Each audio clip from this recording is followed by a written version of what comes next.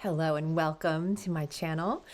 My name is Theresa Puckett and I help empty nest moms who are feeling the emptiness of the nest, whether that is because they are having challenges with their child or whether it's because they're feeling a bit empty and not as fulfilled as they did when their kids were home. So any and all aspects of that. And I'm so excited that you're here. So today I'm going to tell a story. Instead of trying to teach something specific, I'm going to tell you a story about what happened to me 1 year ago today as I sit and record this. It is late October 2025. And last year at this time, I had the most expensive cup of coffee ever. It cost me over $50. So I'm going to tell you the story of that. And then there's going to be another video story afterward to help bring home one of the lessons. But I think there's going to be something in here special for you. So I would love to hear in the comments if there was and what that was and what maybe you remembered as a result of the story. Okay, so we're rewinding. I'm going to rewind actually back to the summer of 2024. And that's when I decided that I was going to bring my dad up to Maine to see the house that we had built and where we had moved. He hadn't been up as yet. And so I wasn't going to wait until the house was all perfectly decorated. I'd be waiting a long time. I decided to do it.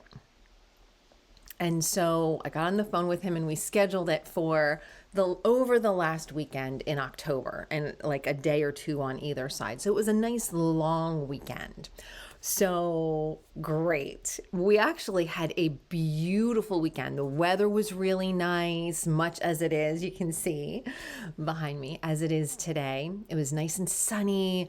We had actually a spectacular fall foliage, even more spectacular than this year.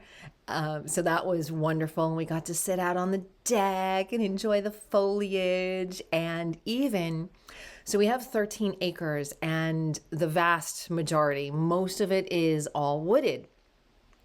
And so we went on a hike, not around the entire property, but he hiked a lot more than I thought he was going to.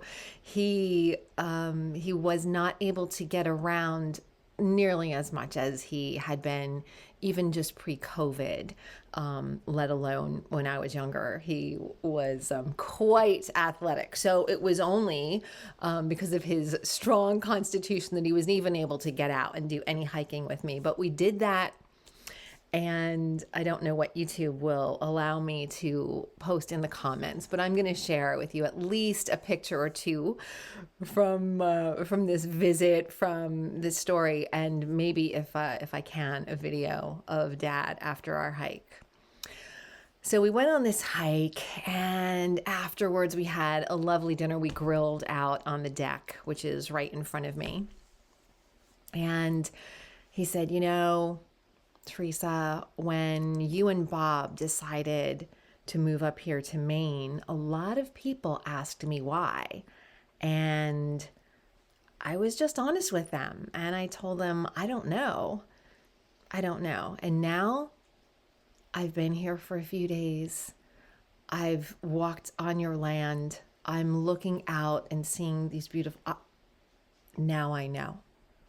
Now I know why you moved here. And I'm so happy that I came up to see it, and I can't wait to come up again. And so that was the last full day. That was Sunday. And then on Monday, I think it was Monday, in mid-morning, we needed to leave so I could take him down to the train station in Boston. And so it's quite a drive.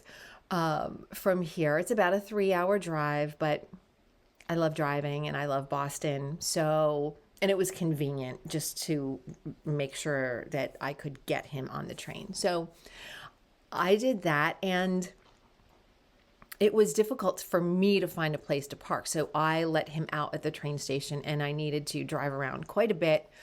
Eventually found a spot, boogied to back to the train station, make sure he gets on the train. And we had I don't think it was a very tearful, but it was a very meaningful, very deeply felt goodbye. We both really enjoyed ourselves so much. And so I had decided I was going to bring a small journal. And so after his train pulled away and before I made my way to the car, I spotted a coffee shop. And it was right on Massachusetts Avenue, which runs over like through the Harvard Bridge. It runs to Cambridge. And so I could see from where I was a lot of Mass Avenue, a lot of great iconic buildings that I had known because I went to school in Cambridge. So I just felt so at home. It was a beautiful day. I'd had this amazing several days with my dad, the best several days with my dad ever that I had ever had. And so I was excited to sit and journal. And it was a little bit crisp, but I decided I was going to get my coffee beverage and take it outside. And so I did. I sat outside and I journaled, and I don't have those pages in front of me. I just wanted to tell this from memory, but maybe another time I will share more from that entry. But I was just sitting there in so much gratitude for this visit, for how I had put it together and how I had just said yes to all my knowings, my just knowings. It wasn't logical. The logical thing would have been to wait until we had the house more put together. But we had only been in it for about less than 6 months. It was, sort of raw. Still is. But I just poured into the journal all the gratitude. And so I had a very nice interaction also with another woman who was outside, and it was just very memorable. So I bring my coffee cup inside and go to the ladies' room, preparing for this 3-hour drive home.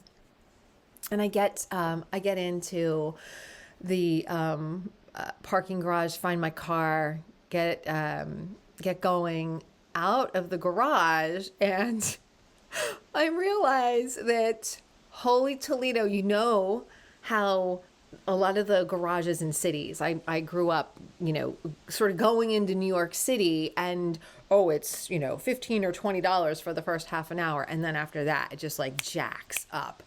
So this one was actually, I don't think it was for a half an hour. It was either for an hour or the first 90 minutes, something.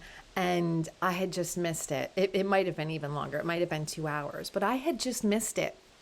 And so it was $40 and change to park. And then in addition with my coffee. So that coffee basically cost me over $50 is one way to look at it. Also, another way to look at it is that time for me to integrate and just revel in and marinate in the time that I had with my dad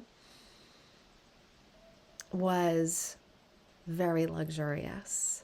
It was worth more than your average latte. And I'll never forget my $50 cup of coffee and what I was doing and how amazing the previous weekend was, how grateful I was for that. So let me know in the comments what speaks to you. What did you get? What did you sort of remember for yourself listening to my story?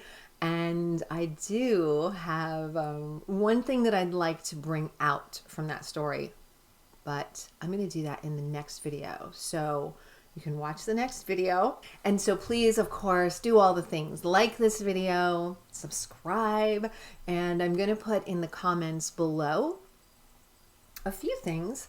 One is going to be a link to my communication guidelines for your communication with your teenager and or young adult. It's got to be different than it's been, different than it was when they were living at home, before they were a teenager, all those things, because we, of course, want to have great relationships with our kids in this new stage of their life and our life.